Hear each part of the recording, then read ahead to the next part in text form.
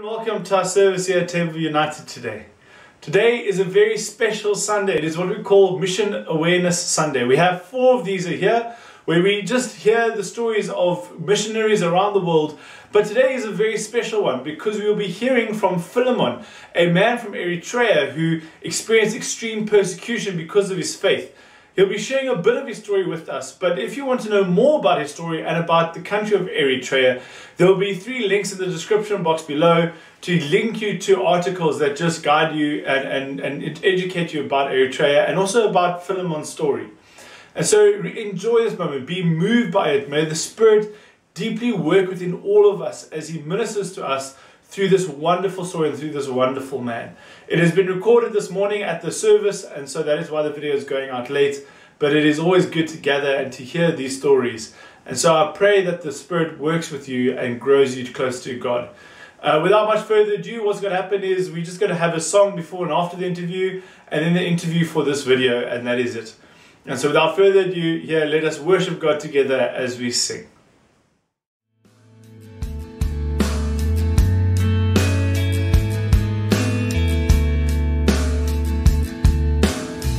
Must be more than this. Oh, breath of God, come breathe within. There must be more than this. Spirit of God, we wait for you. Fill us anew, we pray. Fill us anew, we pray. Consuming fire, fan into flame. A passion for your name. Spirit of God, would you fall in this place? Lord, have your way. Lord, have your way with us.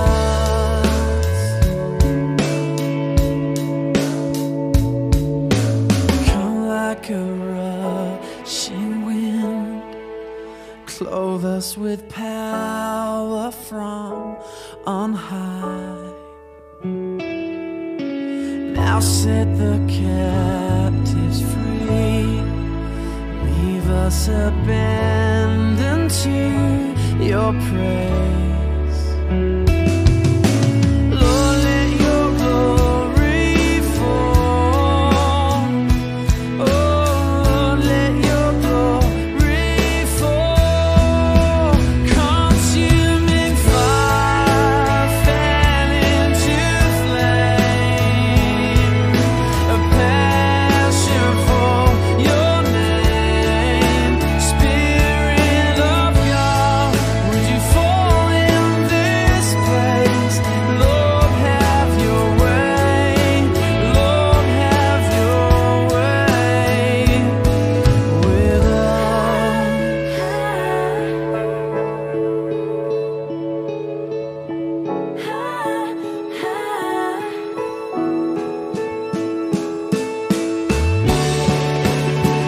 Oh, there must be more. There must be more. There must be more.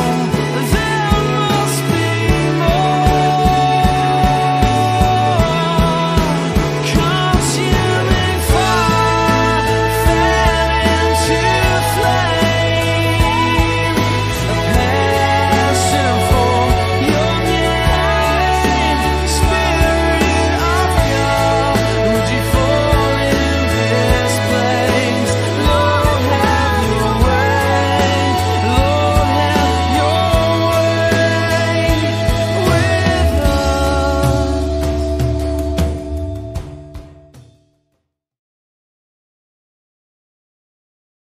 Philimon is from Eritrea, and he's going to share with us a bit about just what fellow Africans are experiencing in this continent. Because I think and I feel ashamed for my naivety, but I was shocked to hear actually what's happening. to be honest, because I had no idea. So I think, just first and foremost, can you just tell us about Eritrea?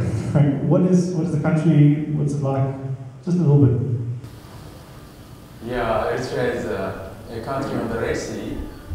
It's the second newest country in Africa. It got its independence in 1991. Yeah. Here we go. Okay. Thank you. So it's a small country, the size of the Western Cape, 5 million people call it home. It's run by a totalitarian government. The government controls every aspect of our life, including how many bread we should eat per day, all aspects of our life. Our travel, we're not allowed to travel outside. Everybody is part of the army. Everyone above the age of 16 is conscripted into the army and stays until the age of 55 or 60. So the whole country is militarized. Myself, my wife, all of us are soldiers, though we had profession. It's very, it's called the North Korea of Africa. It's very secretive. There's no internet service, and there's no data.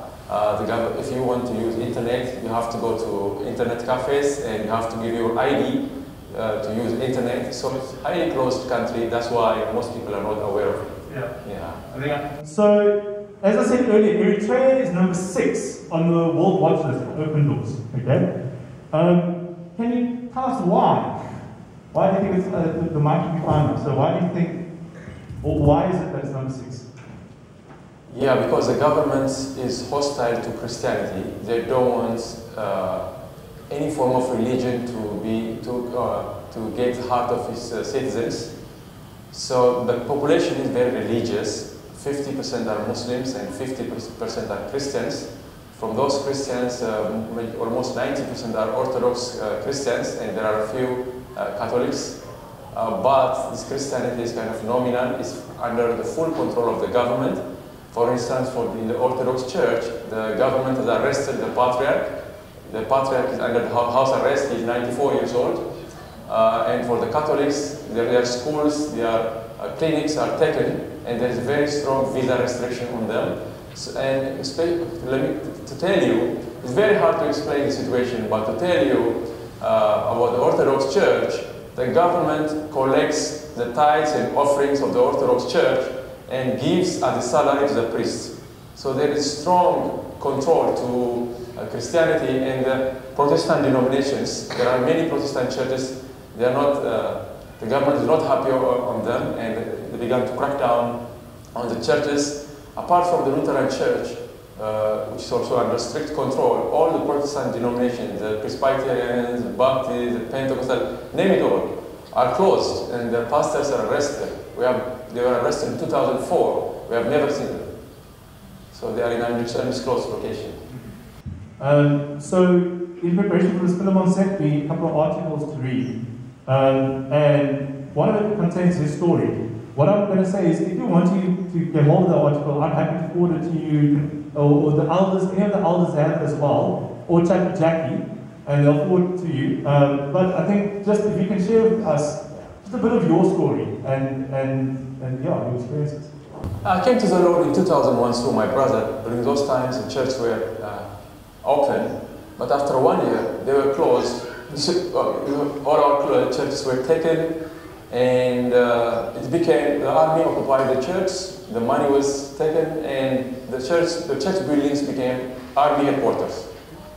And the government began to target, we began to gather in private homes to study Bible, and again they began to follow us in our private homes.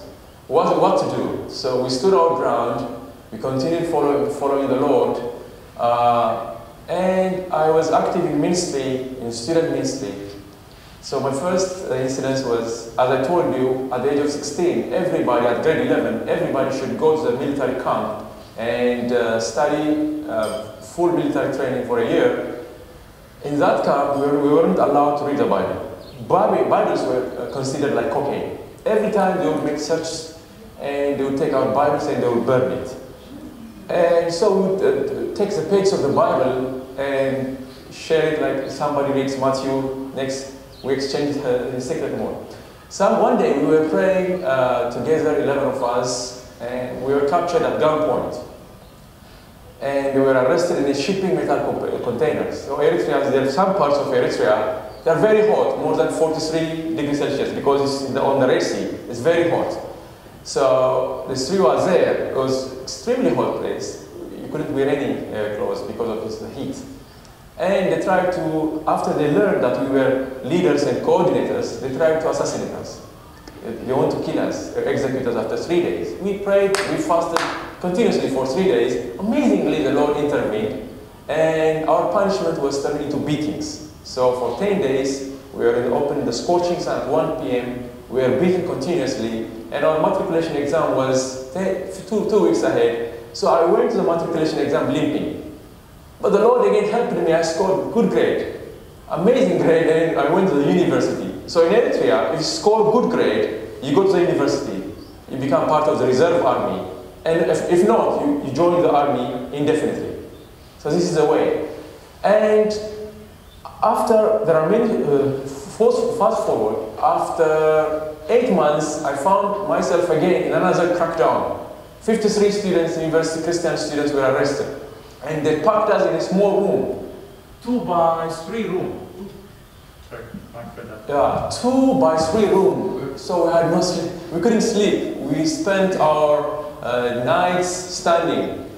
It was crowded and hygienic. We were denied the medical treatments. So these prisons are not like the prisons that you know here in South Africa.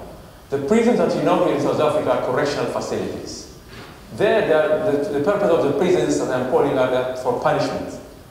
And they are not recognized by the police. They are secret prisons for Christians. And after spending 4 months there, I was sent into another maximum security prison, which is underground. So there was a tunnel underground. There are 400 people there.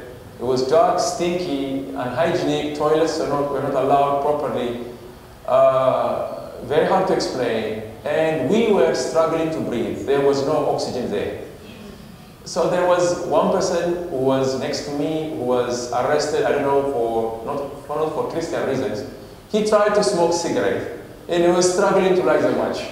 Because even if you try to, if you strike a match, you won't see fire because there's no enough oxygen for fire to burn. So somebody faints next to you, and you have to resuscitate him. Next, you faint. That's struggle to survival.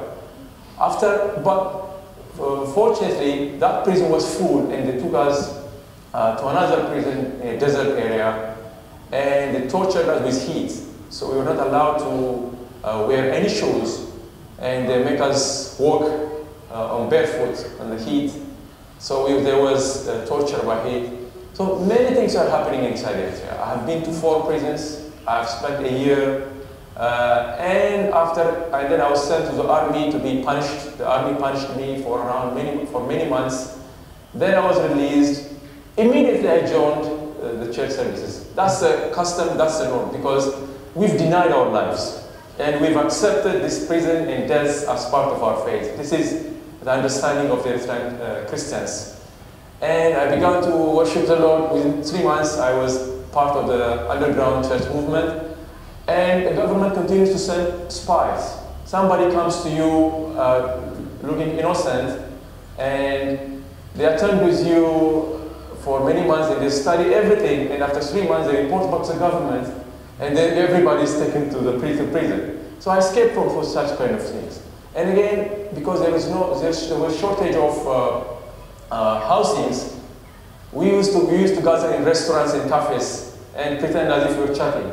And there, I don't know who reports to the government, and in the middle of our discussion, we were surrounded and we escaped. So this is our life. It happens again and again. But in 2017, the president decided to eradicate most of the Protestant denominations.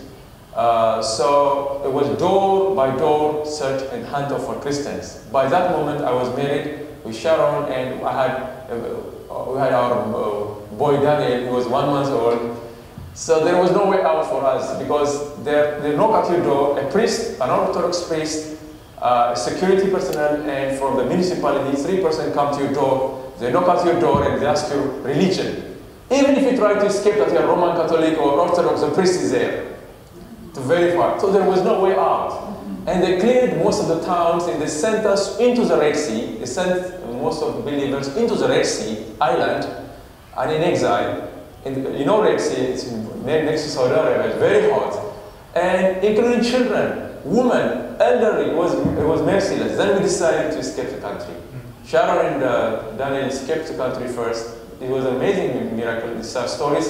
We've written it into manuscript. We'll be publishing the book within a book because it's very, very intense and lots of stories are. I'm fast forwarding for this time. Yeah, so by God's help, we'll be releasing this book maybe in a year time. And after 9 months, I managed to cross the border to Ethiopia because there is a small, there is peace agreement between Eritrea and Ethiopia. And so that I came to South Africa to join my family. And unfortunately here, the South African government was not aware of the persecution of Christians in Eritrea because it's a closed country. And I was asked because they couldn't see the name of the prisoner in the internet. So we were denied permit here in South Africa, so we're staying here in temporary permit. So at this moment we're trying to raise awareness to the people, to the churches, the body of Christ in South Africa. Yeah, that's we actually, I want to show you a video soon, but I just want to note a few things in case you weren't following. If you read the articles, if you want to read it, it's fascinating stuff.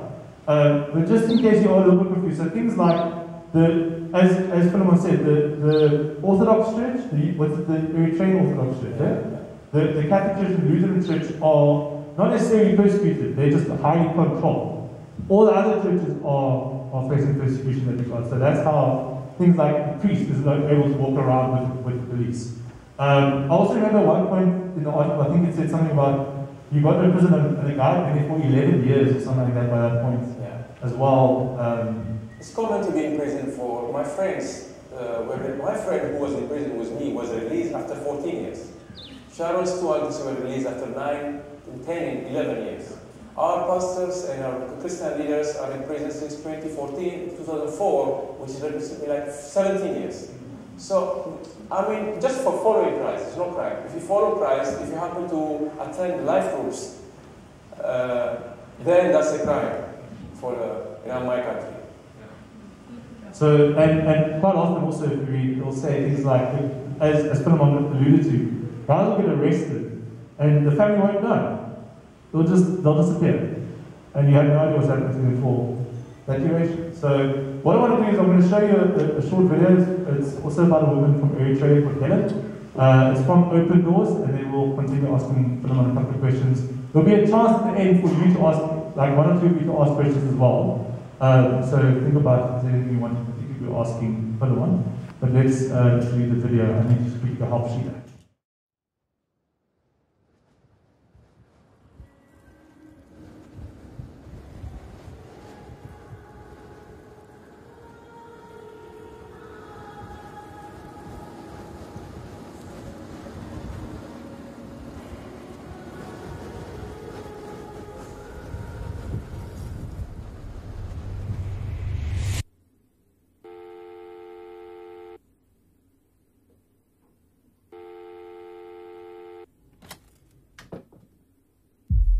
Hi, it's Helen. I'm safe now. Who can preach the gospel?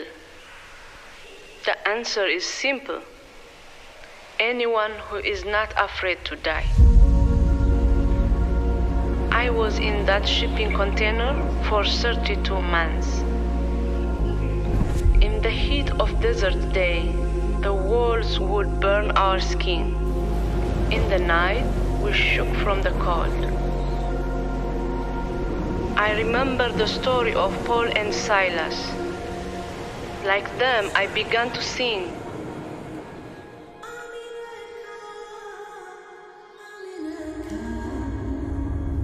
The guards try to stop me, but I keep singing and keep preaching the good news to anyone who would listen. They tried everything. They torture me with a tool meant to kill. Their goal was for me to deny my faith. Stop saying Jesus. All I could answer was, I cannot. I accept him unto death. But your prayers carried me through. I would tell the other prisoners, people are praying for us. I can feel it. The name of Jesus is medicine, and the world desperately needs it. Our brothers and sisters are still in prison. While we eat, they have no food. While we are free, they are in chains. We can do more. Keep on praying. Keep on supporting. Keep on singing. Your sister in Christ, Helen.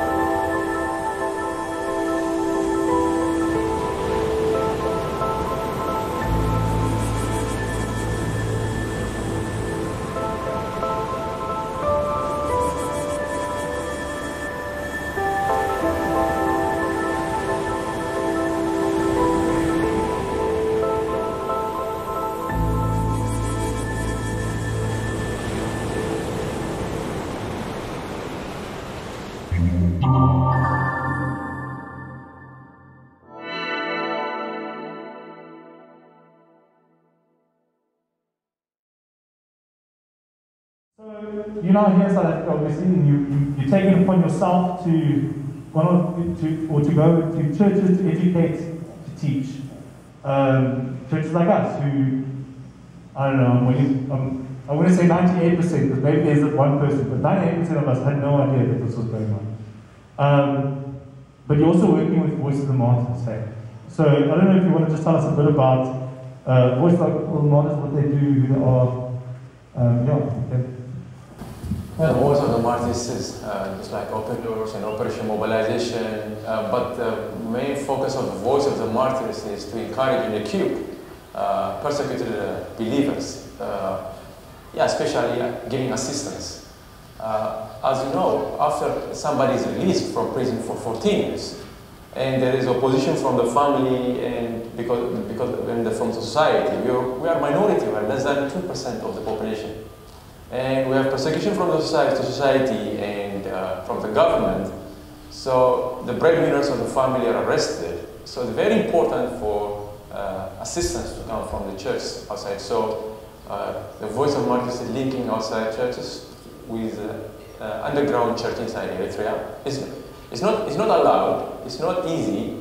All the missionaries were sent away by the government in 2002. But these all activities are underground movements. So the Voice of the Martyrs is successfully linked itself with underground church inside Eritrea. That's why now we can help from here to the Eritrean church with the Voice of the Martyrs. Yeah. This is a small question from my side. Is it still dangerous for you to be walking around South Africa talking the way you do about what the Christians in the country are facing?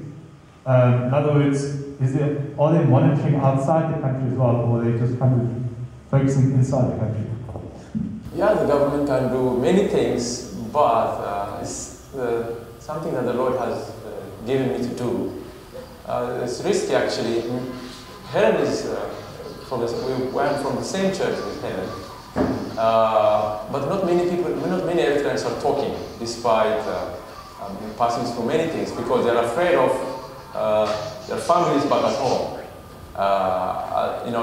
The government punishes their families as a revenge.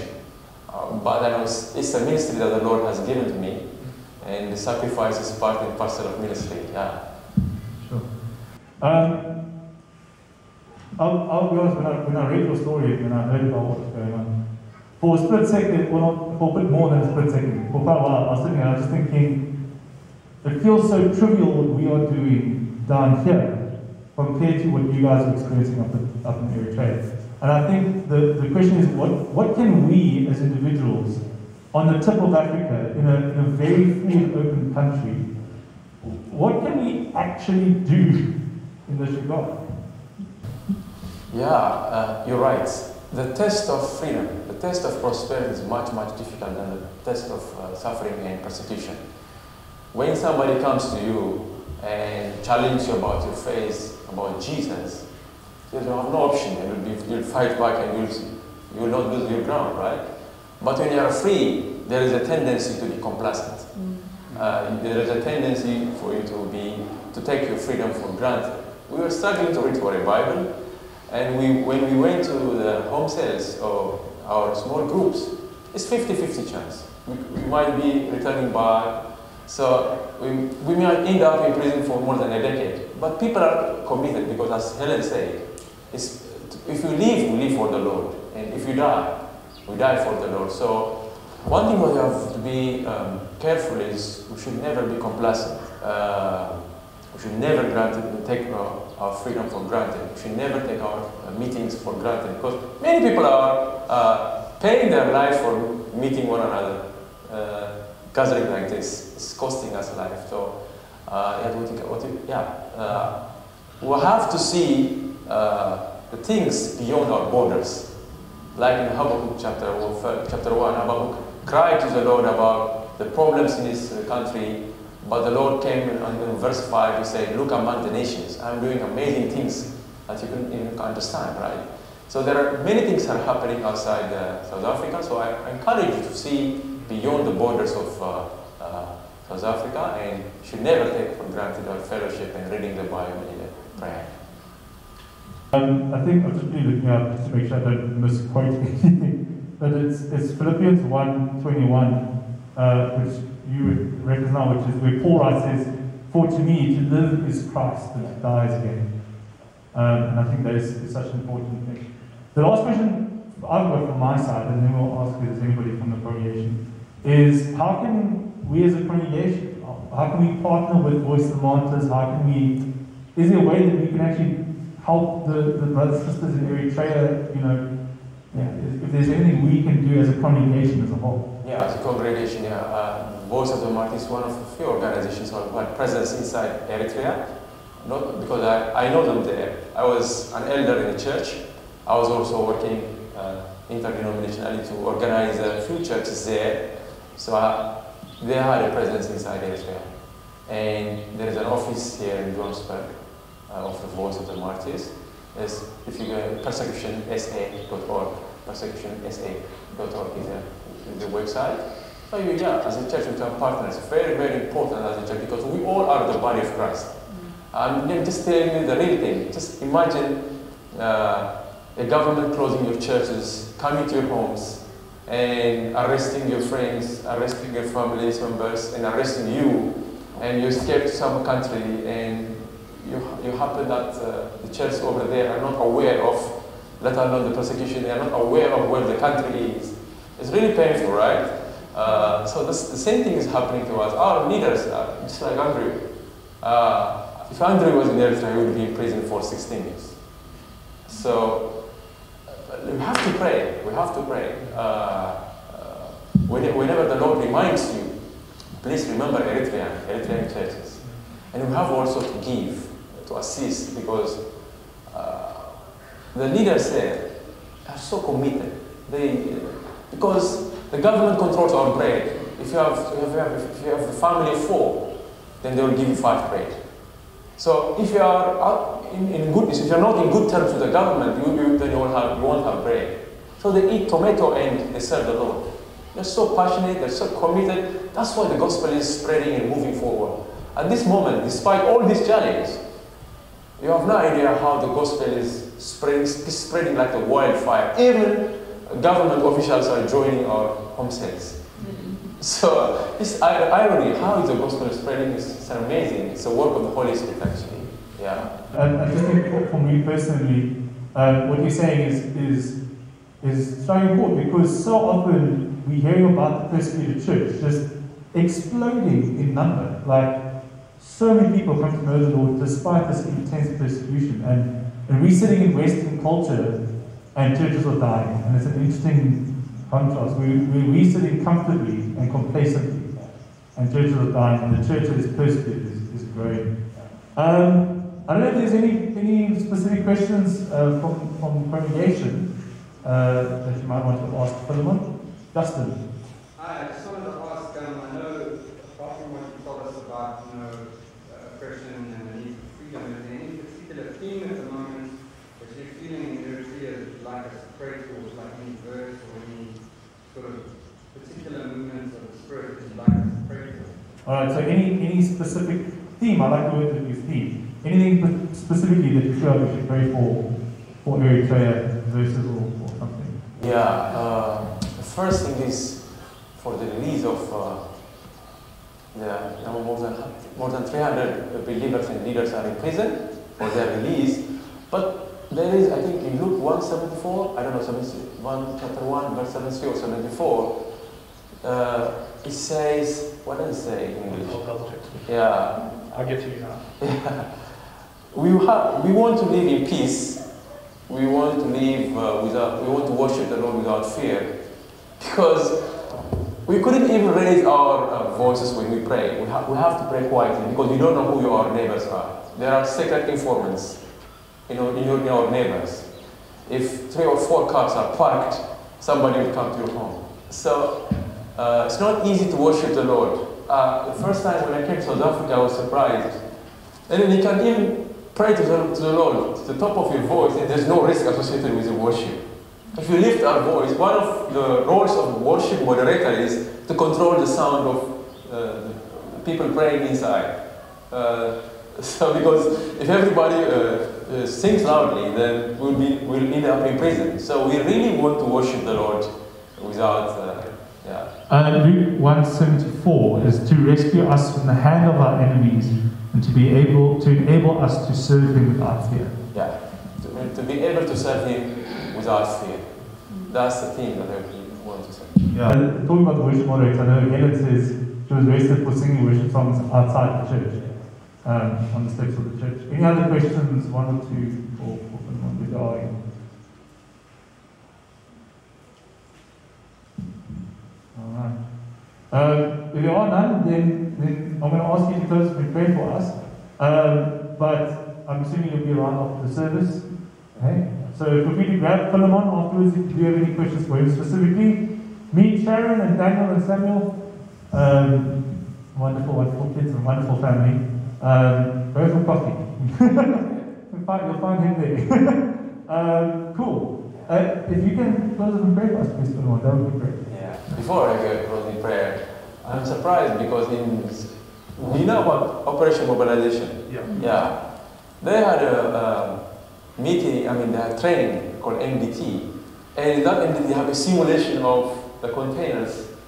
They show missionaries from all over the countries how the Eritrean Christians are suffering there. So if you happen to go there, you will see the container. They will put you inside the container. And they will make you feel that how it feels to be in prison. So it's an amazing simulation that in Pretoria. Yeah. Yeah. Father Lord, we thank you so much for this moment. I'm so happy to learn that there are people all over the world who follow you, who love you. And thank you for this church, for opening up the hearts to serve the body of Christ elsewhere. Thank you for this mission awareness. Thank you for this mission consciousness. I bless you for my brothers and sisters in this church. And I pray for a spirit of understanding and wisdom to fall upon my brothers and sisters here. Let this church flourish. Let this church flourish in understanding and wisdom and power and insight. And bless the mission activities conducted in this church in Philimon. Thank you so much, Lord. Thank you for giving us this opportunity. And I pray for empowerment and for strength and for unity. In the name of Jesus Christ, amen. Amen. Thank you. Thank you very much, Lord.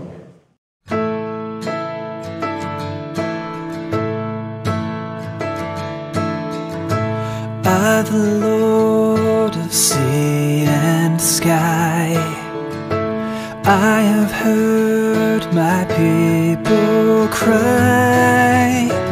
Oh, who dwell in dark and sin, my hand will save. I who made the stars of night, I will make their darkness bright. Who will bear my light to them? Whom shall I send? Here I am, Lord. Is it I, Lord? I have heard you calling in the night. I will go, Lord, if you lead me. I will hold your people in my heart.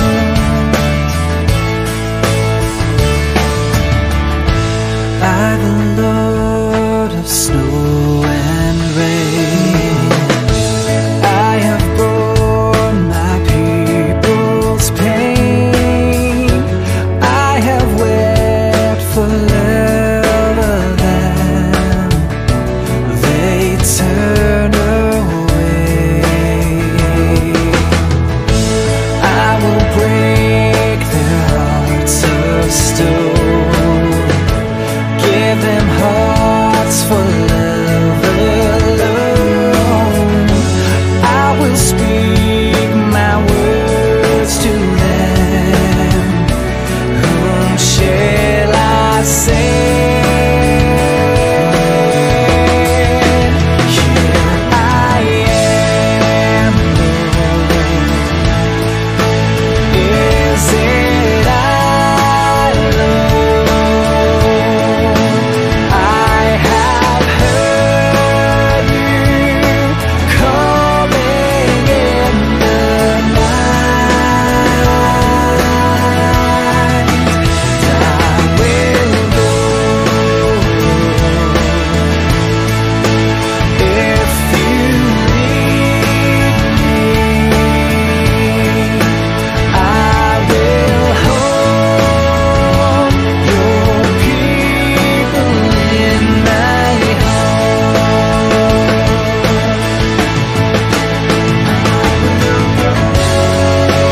I will go when you lead me. Father, lead me. I will go. I will follow endlessly. Here I am, Lord. Is it I, Lord?